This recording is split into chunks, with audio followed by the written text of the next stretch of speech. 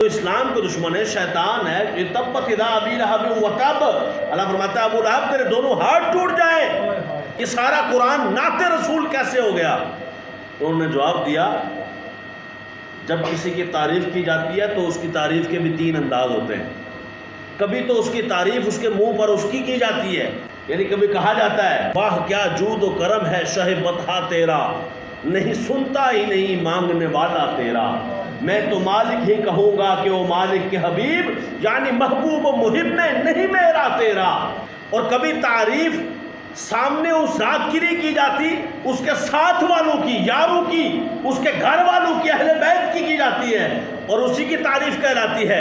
جب کوئی کہے ابو بکر تیری کیا شان ہے، عمر تیری کیا شان ہے، عثمان تیری کیا شان ہے، علی تیری کیا شان ہے، سعد تیری کیا شان ہے، سعید تیری کیا شان ہے، عبد الرحمن تیری کیا شان ہے، ابو ہریرہ تیری کیا شان ہے، وہ حبشہ کے بلال تیری کیا شان ہے، اور سلمان فارسی تیری کیا شان ہے۔ جب ان کی تعریف کی جائے تو یاروں کی تعریف مصطفیٰ کی تعریف ہے، گھر والوں کی تعریف کی جائے واہ حسن و حسین آپ کی کیا شان ہے، واہ فاطمہ زہرا آپ جنتی عورتوں کے سردارہ ہیں، یہ آپ کی شان ہے۔ امام اعظم ابو حنیفہ کیا شان ہے، امام مالک کیا شان ہے، امام احمد بن حنبل کیا شان ہے۔ تو مصطفیٰ والوں کی تعریف دراصل مصطفیٰ کی تعریف ہے۔ تو کبھی سامنے تعریف کی جائے وہ بھی حضور کی تعریف ہے، کبھی کسی ان سے متعلق بندے کی تعریف کی جائے، چاہے صحابہ میں سے ہو، چاہے اہل بیت میں سے ہو، چاہے ولیوں میں سے ہو، چاہے پیر مہر علی شاہ ہو، چاہے داتا علی حجویری ہو، چاہے خواجہ غریب نواز ہو، چاہے امام احمد رضا خان ہو، جب ان کی تعریف کی جائے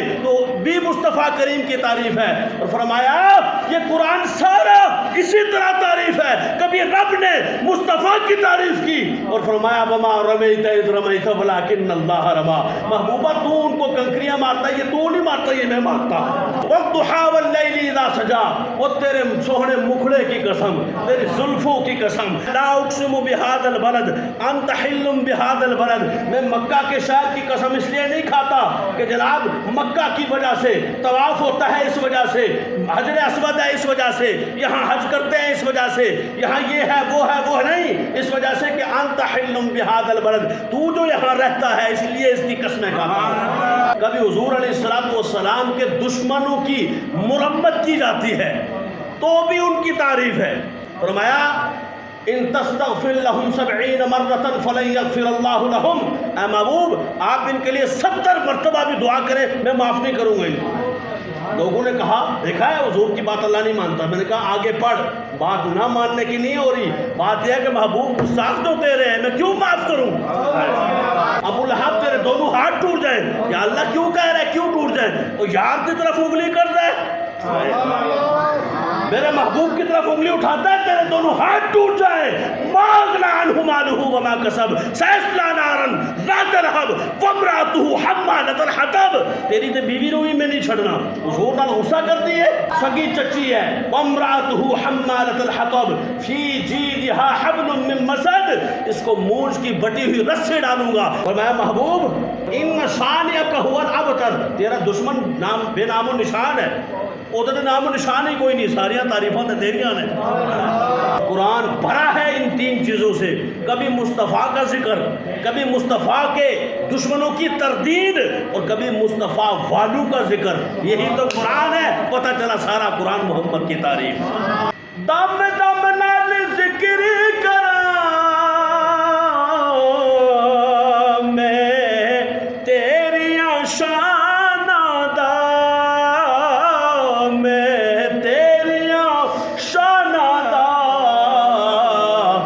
تیرے نام دوبارے دیاں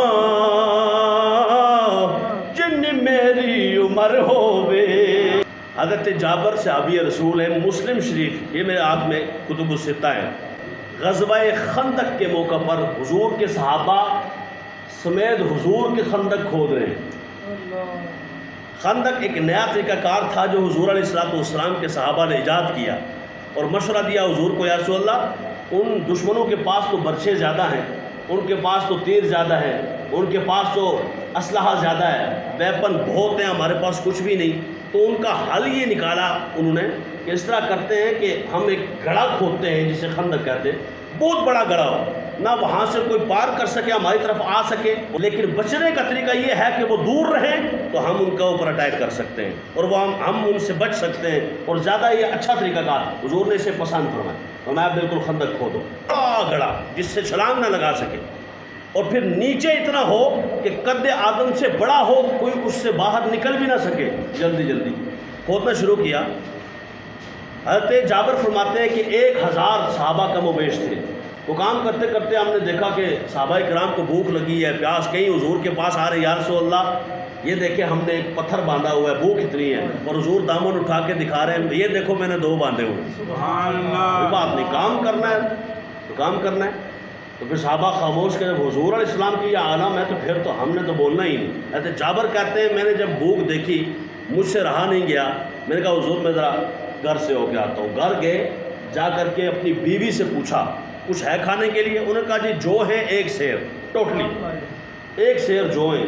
کہا انہوں نے کہا اچھا اس کو پیسو، اس کو پیس کر آٹا بناؤ، باقی 1 بکری کا بچہ ہے وہ اس کو ہم ذبح کر لیتے ہیں، ہم حضور کی اور چند صحابہ کی دعوت۔ تو بیوی نے کہا جاؤ لیکن سب کو نہیں بلا کے لے آنا، کہیں مجھے رسوا نہ کرنا۔ اللہ کہا نہیں انشاءاللہ بہتر ہوگا۔ گئے، جا کے آقا کریم صلی اللہ علیہ وآلہ وسلم سے عرض کرنے لگے کان میں، یا رسول اللہ ایک آپ آ جائیں اور چند صحابہ کرام آ جائیں، اور تھوڑا سا کھانا ہے۔ میں نے کہا آج آپ کی دعوت ہے میرے پاس۔ تو حضور نے بلند آواز سے فرمایا چلو بھائی جابر کے گھر میں دعوت ہے، سارے آ جاؤ، سارے آ جاؤ۔ تو جب حضور بولا تو حضرت جابر کیا کرتے، جلدی جلدی دوڑے دوڑے آئے اپنی بیوی کے پاس، کہنے لگے میں نے دعوت دی ہے لیکن حضور نے سارے صحابہ کو بلا لیا ہے، 1000 کم و بیش صحابہ کرام ہیں۔ بیوی نے کہا اب کیا ہو سکتا ہے، میں نے پہلے ہی تمہیں کہا نہیں، میں نے تو سب کو نہیں بلایا تھا۔ میں نے کہا یا رسول اللہ آپ اور چند صحابہ جنہیں آپ لے کے آنا چاہیں، حضور نے سب کو دعوت دے دی۔ کہا ٹھیک ہے، جو بلا رہا ہے وہ انتظام بھی کر لے گا۔ کہا اچھا آنے دے۔ سب صحابہ کرام حضرت جابر کے گھر میں، حضور نے اپنے لعاب دہن کو اس میں ملایا اور دعا فرمائی یا اللہ برکت ڈال اس میں۔ پتہ چلا حضور مشکل کشائی کرتے ہیں، حضور تو پر حضور ہے نا، وہاں تو منتظر رہتی ہے اللہ کی رحمتیں کب مصطفیٰ منہ سے بات نکالیں۔ حضرت جابر رضی اللہ تعالی عنہ فرماتے ہیں کہ حضور نے ہمیں فرمایا اب ایک خاتون کوئی اور بھی بلا لو، ایک خاتون نہیں بنا سکے گی روٹیاں، بندے زیادہ ہیں، وہاں کیا آٹا تکیے یا حضور دی گل تکیے؟ آٹے کے اوپر کپڑا ہے تو کپڑا نہیں ہٹانا، بس نیچے سے پیڑے بناتے رہو، روٹیاں پکاتے رہو، بس آٹا لیتے رہو۔ کہا جی ٹھیک ہے۔ فرمایا یہ جو بکری کا بچہ تم نے پکایا ہے نا ہنڈیا، اس کے اوپر ڈھکنا رکھا ہوا ہے، اس کو ہٹانا نہیں، بغیر دیکھے ہوئے سالن نکال کے 1000 صحابہ کرام کم و بیش ان کو ڈال کے دیتے رہو۔ حضرت جابر فرماتے ہیں بالکل ہم یہ سارا منظر دیکھ رہے ہیں، سب صحابہ بڑے خوشی سے دیکھ رہے ہیں، اور صدقے چاہیے صحابہ توڑے عقیدے اور صدقے چاہیے صحابہ توڑے نظریے گل اپنے کولو نہیں ہو رہی۔ یہ بخاری جناب مسلم شریف سیاستہ کی حدیث پاک میں یہ واقعہ موجود ہے۔ حضرت جابر فرماتے ہیں سارے صحابہ کا نظریہ عقیدہ پتہ چل رہا تھا، ایک نے بھی نہیں کہا اتنی سی ہنڈیا میں سے سالن کب تک چلے گا، اتنا سا آٹا ہے تو کب تک چلے گا؟ فرمایا جب تک مصطفیٰ چلائیں گے چلتا رہے گا۔ فرمایا دیکھنا نہیں بس نکالتے رہنا۔ اور دعا مصطفیٰ نے فرمائی، قبول رب نے کی اور رب نے برکتیں عطا فرما دی۔ کہتے ہیں ہمیں 1000 صحابہ کھانا کھا کر چلے گئے۔ حضرت جابر کہتے ہیں اور روٹی بھی ویسے ہی تھی، آٹا بھی ویسے ہی تھا اور سالن بھی ویسے ہی تھا، کچھ بھی اس میں سے کمی نہیں ہوئی تھی۔ دم دم نال ذکر کراں میں تیریاں شاناں دا۔ وہ آ گئے ہیں جن کے واسطے رب نے ساری کائنات بنائی، یہ شانوں والے آقا آئے ہیں، ان کا تذکرہ کرنا میلاد النبی ہے۔